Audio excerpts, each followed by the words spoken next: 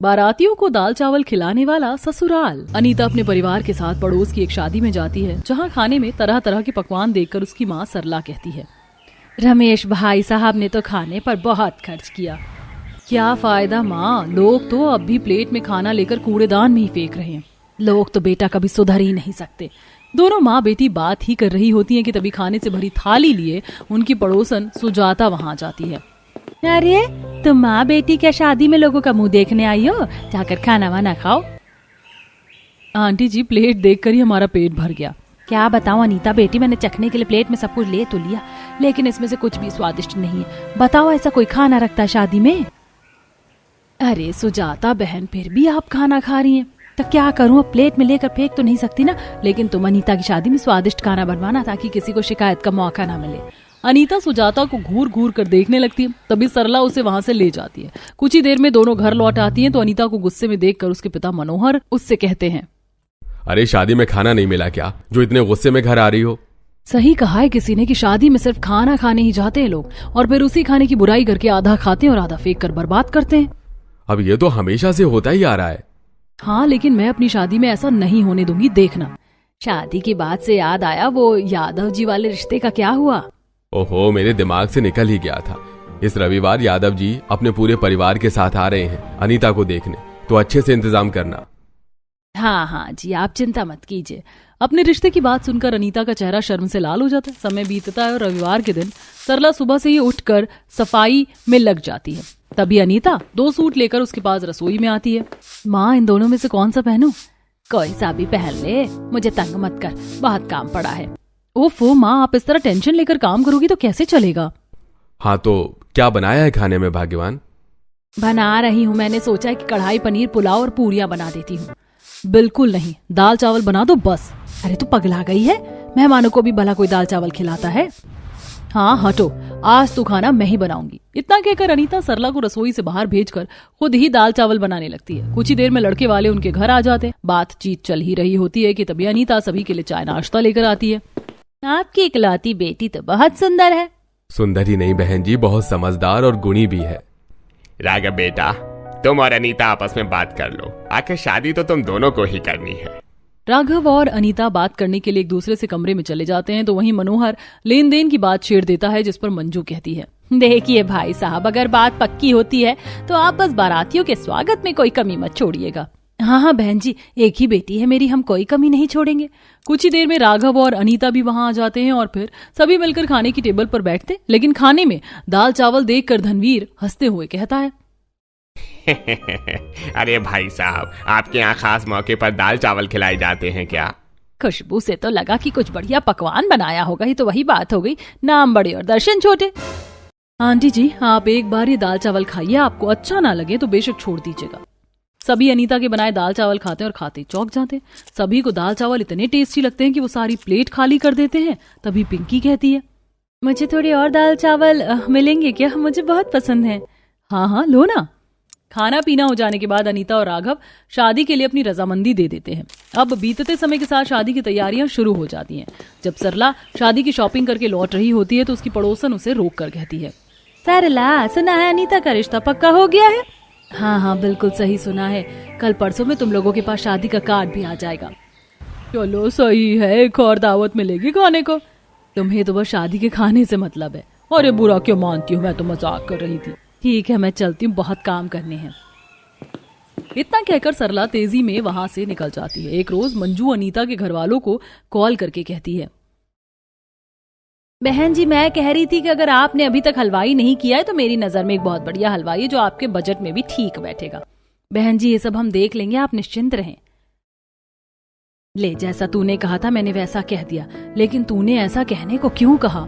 क्योंकि मैं अपनी शादी में खाना बर्बाद करने के लिए नहीं बनवाना चाहती, बल्कि ऐसा खाना बनाना चाहती हूँ कि लोग खाने और शादी को हमेशा याद करें। ऐसा क्या पकवान बनवाना है बेटी शादी में? देख, ज्यादा खर्चा मत करवा दियो मेरा। आप चिंता मत करो पापा, आपका ज्यादा खर्चा नहीं करवाऊंगी। कुछ ही दिनों में हल्दी और मेहंदी की रस्म होती है। उसके बाद आता है शादी का दिन। ढोल नगाड़ों के साथ बारात नाचती गाती अनीता के घर आती है। सभी बाराती और शादी में आए लोग खाने की खुशबू से खींचते हुए खाने के काउंटर तक आते हैं। अरे वाह बहू, खुशबू तो बड़ी अच्छी आ रही है, लगता है अभी खाना तैयार हुआ है। बिल्कुल बहन जी, बारातियों के स्वागत के लिए तो गर्मा गर्म खाना ही रखा जाएगा ना। अरे भूख बढ़ रही है, जरा जल्दी खाने के दर्शन करवाओ भाग्यवान। दूल्हे की बुआ खाने के बर्तन पर से ढक्कन हटाती तो उसमें दाल देखकर हैरान हो जाती है। जिसके बाद वो सारे बर्तन से ढक्कन हटाती है तो सभी में दाल चावल होते हैं। हाय हाय, बारातियों के स्वागत के लिए दाल चावल बनवाए हैं, कहाँ है लड़की वाले? बुआ के चिल्लाने पर सभी लोग खाने के काउंटर पर जमा हो जाते हैं और शादी में आए बाराती और बाकी लोग बातें बनाते हुए कहते हैं, अरे भाई साहब, मैं पूछता हूँ, आपने शादी का खाना बनवाया है या फिर स्कूल का मिड डे मील? हाँ सरला बहन, इकलौती बेटी की शादी है, तुम्हारी इतनी क्या कंजूसी कर रही हो कि दाल चावल बनवा दिया? वो बात दरअसल ऐसी है कि बस बहुत हुआ भाई साहब, हमने एक ही मांग की थी कि आप बारातियों की आओ भगत अच्छे से करना, लेकिन आपने तो सबके सामने हमारी नाक कटवा दी। और नहीं तो क्या, कोई दिक्कत थी तो हमें बोल दिया होता, हम मदद कर देते। माँ पापा, इस दाल चावल में क्या बुराई है? और वैसे भी सभी शादियों में लोग पकवान खाने ही आते हैं, यहाँ कुछ अलग और पौष्टिक बना है तो ये तो अच्छी बात है ना। बेटा, तुझे इस बारे में पहले से पता था? हाँ, और मुझे ये सही भी लगा। बुआ फूफा जी, अच्छे खाने से बारातियों का स्वागत तो हर कोई करता है, लेकिन आप ही बताइए, शादी का तला भुना खाना खाकर आप दोनों की तबीयत पर क्या असर पड़ता? और नहीं तो क्या, भाभी ने फैसला बिल्कुल सही लिया। अरे लोग खाने पर इतना पैसा बर्बाद करते हैं, वही पैसा वो दान पुण्य में लगाएं तो गरीबों की दुआ तो मिलेगी, क्योंकि शादी में आए लोग तो खाना खाकर भी बुराई करते हैं। और ये दाल चावल स्वाद में किसी शाही पकवान से कम नहीं। आप लोग चक्कर देखिए। राघव और पिंकी की बात सुनकर वहां मौजूद सभी लोगों को इस बात का एहसास होता है कि दिखावे के चक्कर में शादी में लोग खाने पर कितना खर्च करते हैं। तभी मंजू अनीता से कहती है, बहू तूने समझदारी दिखाकर खाने में दाल चावल बनवाए और हम इसे अपनी इज्जत पर ले गए। मुझे गर्व है कि तुझ जैसी समझदार लड़की मेरी बहू बनने जा रही है। सच में ये अनोखी शादी तो खाने के लिए सबको याद रहेगी। इस तरह सभी बाराती और शादी में आए सभी लोग गरम गरम दाल चावल पापड़ के साथ खाने का आनंद लेते हैं और पूरे रीति रिवाजों के साथ राघव और अनीता की शादी हो जाती है। बारिश में बिना जमीन का गांव। माँ किंजल, मुझे नहीं लगता कि अब ये रही सही जमीन भी बचने वाली है। मेरी माँ ने तो इस पानी में ही किसी चीज के सहारे से कोई दूसरी जगह ढूंढ लेते हैं, क्योंकि बारिश नहीं रुकेगी। सुनिए जी, हमारा घर पानी और बारिश से ढह गया है। वो तो अच्छा हुआ कि मैं राखी को ले आई, नहीं तो हमें चोट भी आ सकती थी। ये सब क्या है मोहन जी? बारिश की इंतहा इस हद तक हो रही है कि अब ये सही जमीन भी डूबने वाली है। हाँ बहू, बारिश का पानी अब काबू में करना नामुमकिन लग रहा है। भाइयों और बहनों, जल्दी से जल्दी अपने बच्चों को लेकर यहाँ से भागो, बहुत बड़ी लहर उठ रही है, ये जगह बर्बाद होने वाली है। मोहन को पीछे से चिल्लाने की आवाज आई, जिसको सुनने के बाद कोई भी फिर उस जमीन पर खड़ा नहीं रहा। तेज बारिश में जिसको जो मिल पाया वो लोग उसी के सहारे जमीन से दूर पानी में ही चले गए। कुछ ही देर बाद पानी उनके घरों तक भी पहुंचा और सारी जमीन पानी का ही हिस्सा हो गई। ये कहानी है बिना जमीन के गांव की, जहां पर जमीन नहीं, बस पानी ही पानी था। थोड़ी बहुत जमीन लोगों ने अपने रहने सहने की ढूंढी भी थी, लेकिन वो भी आज की बारिश के साथ ही तबाह हो गई। अब सभी लोग तख्तों और लकड़ियों के सहारे से पानी पर थे। जोर जोर से बारिश चल रही थी। सभी के खेत, कमाने के संसाधन सब कुछ छिन चुका था। न कोई पक्की सड़क थी और ना ही कोई पक्का घर था, और जमीन का भी कोई नामो निशान नहीं था। सब लोग बस अपने अंदर की हिम्मत से इस बारिश की तबाही को झेल रहे थे। गंगा, अब हमें कहाँ पर ठिकाना मिलेगा? आज की बारिश तो उसी काली रात जैसी बारिश की तरह आई जो हम सभी के घरों को बहा कर ले गई। क्या पता कहाँ जगह मिलेगी, हो सकता है सरकार ही हमारे लिए कोई कदम उठा ले। क्या खाक कोई कदम उठेगा? हमारा गांव तो किसी गिनती में ही नहीं आता है, तो लोग बाग क्या ही कदम उठाएंगे। माँ, किंजल और बाकी सब, मेरे सुनने में आया है कि यहाँ से कुछ दूर पेड़ों के पास हमारी ही तरह और भी इंसान रहते हैं। चलिए वहां चलते हैं, हो सकता है कि हमारी कोई मदद ही हो जाए।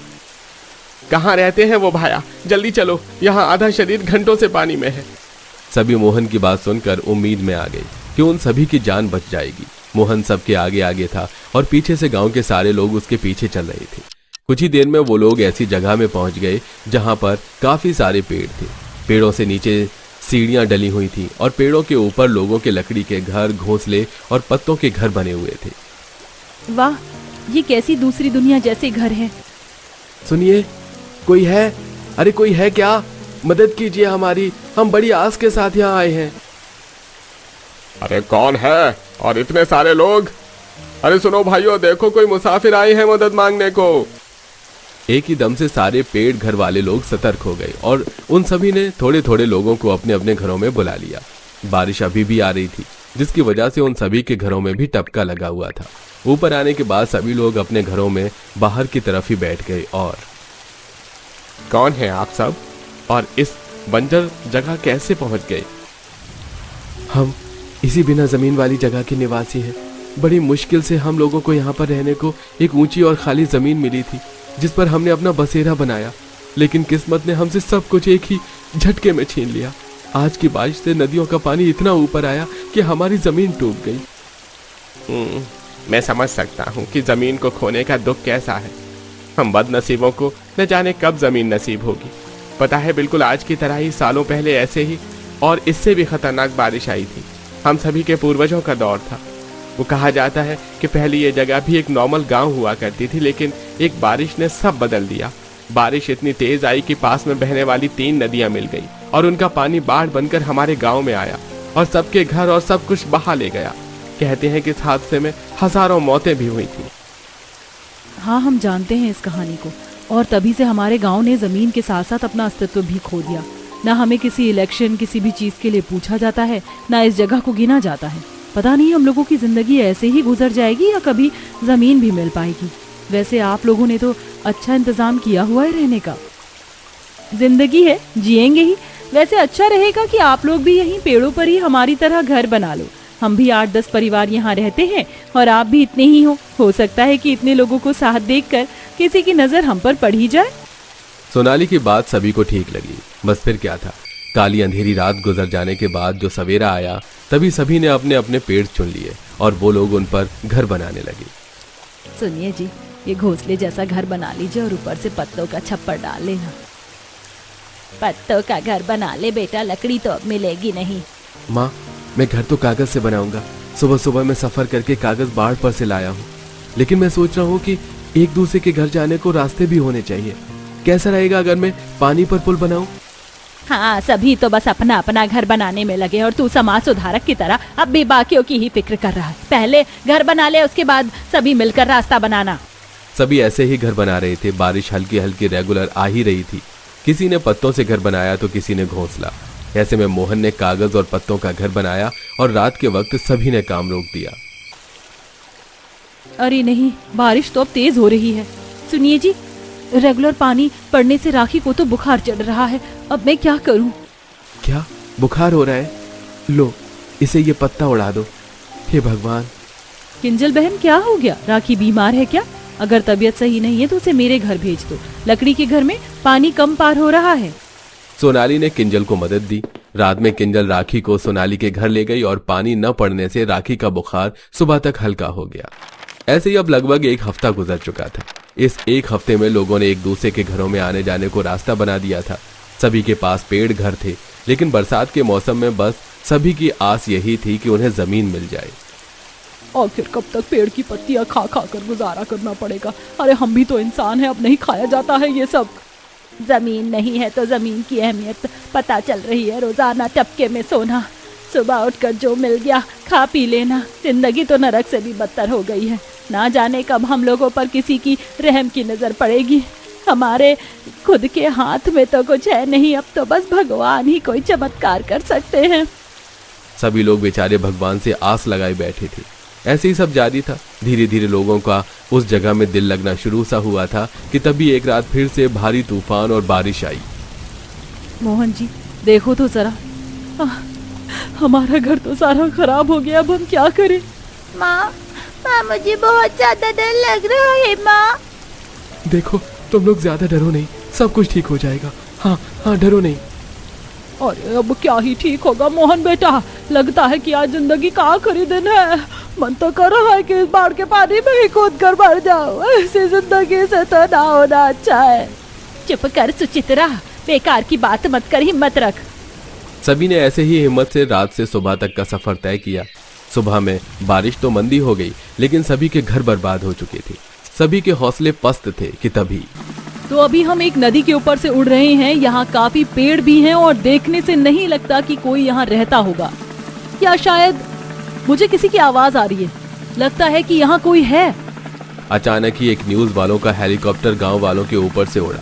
उसे देखकर सभी ने मदद के लिए चिल्लाना शुरू कर दिया, जिसकी वजह से वो सभी नजर में आ गए। अब शायद हम लोगों को जमीन मिल जाएगी। हम यहाँ हैं, हमारी मदद करो। ये क्या? यहाँ देखिए, यहाँ तो लोग फंसे हुए हैं। चलिए इनकी मदद करते हैं। न्यूज गर्ल ने उन्हें लाइव दिखाया, जिसकी वजह से उन्हें देखने वाले लोगों ने सरकार से उन लोगों को बचाने पर दबाव दिया। कुछ ही देर बाद रेस्क्यू हेलीकॉप्टर आया, जो उन सभी को उड़ाकर जमीन पर ले गया।